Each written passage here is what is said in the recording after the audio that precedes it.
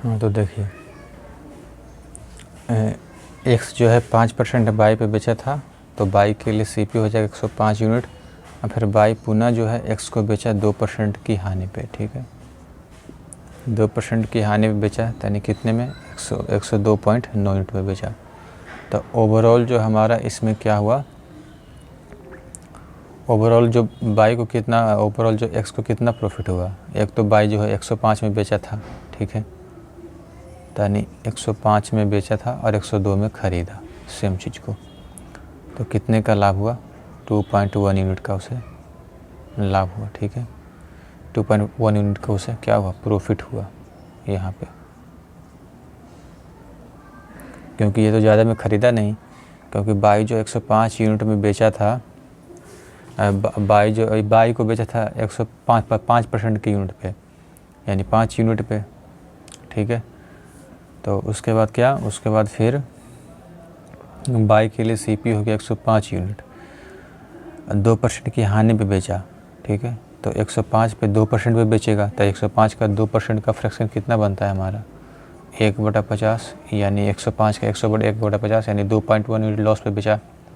तो 2.1 unit loss पे बेचा, यानी उसका एसपी कितना हो गया, बाई के लिए एसपी कितना हो गया, 102 यूनिट। और ये जो 102 पॉइंट ये क्या हो गया, ये एक्स का सीपी हो गया, ठीक है। तो ओवरऑल जिसमें हुआ 105 में और 102 में ख़रीदा, तो कितना होगा, 2.1 यूनिट कैसे लाभ हुआ एक्चुअल प्राइस से, ठीक है, 2.1। अब एक्चुअल में क्या कर रहा है, एक्चुअल में जो है 100 यूनिट की वैल्यू जो हम यहाँ माने थे, 100 यूनिट की वैल्यू कितना है, 1.5 लाख रुपये, ठीक है। तो 1 यूनिट की वैल्यू कितनी आ जाएगी, 1 यूनिट की वैल्यू हो जाएगी कितनी, 1500 रुपये, ठीक है। तो इसीलिए 2.1 यूनिट की वैल्यू कितनी आ जाएगी, इसीलिए 1500 गुना 2.1, पॉइंट हटाएंगे 10, ठीक है। तो 15 एकम 15, 15 एकम 15, 15 दूनी 30, 30 और 1 31, यानी 3150 रुपये क्या हुआ उसे प्रॉफिट हुआ, ठीक है।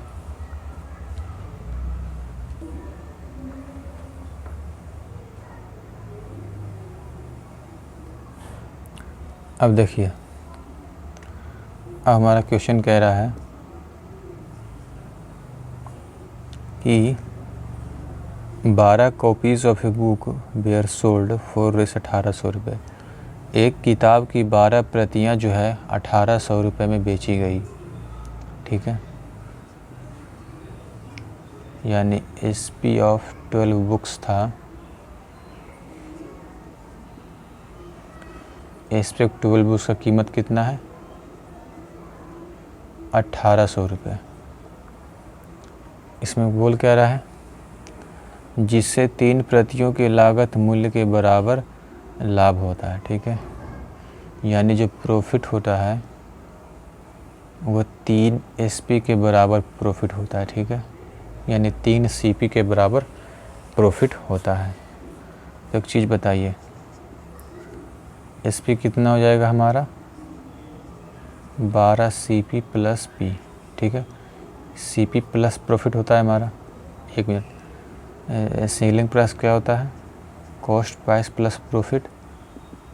तो 12 सीपी, यानी कि जो 12 सीपी हो जाएगा हमारा 12 सीपी, और इसके लिए प्लस कितना 3 सीपी, ठीक है, 12 सीपी जमा 3 सीपी, प्रॉफिट कितने का हुआ, 3 सीपी के बराबर हुआ, ठीक है। तो 12 और 3 15 सीपी, 15 सीपी यानी एसपी कितना था हमारा 1800 रुपये।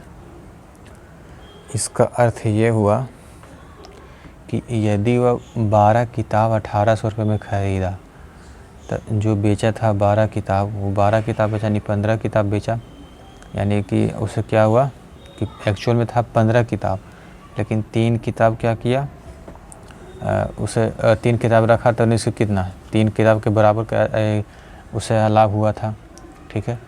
यानी 3 यानी प्रॉफिट हुआ वो 3 CP के बराबर प्रॉफिट हुआ।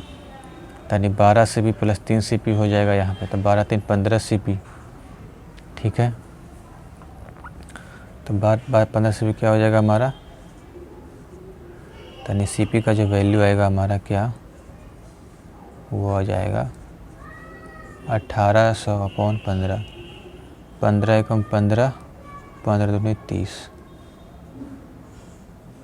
यानी 120 रुपये। यानी उसका जो कॉस्ट प्राइस था हमारा कितना था, 120 रुपये था। समझ रहे?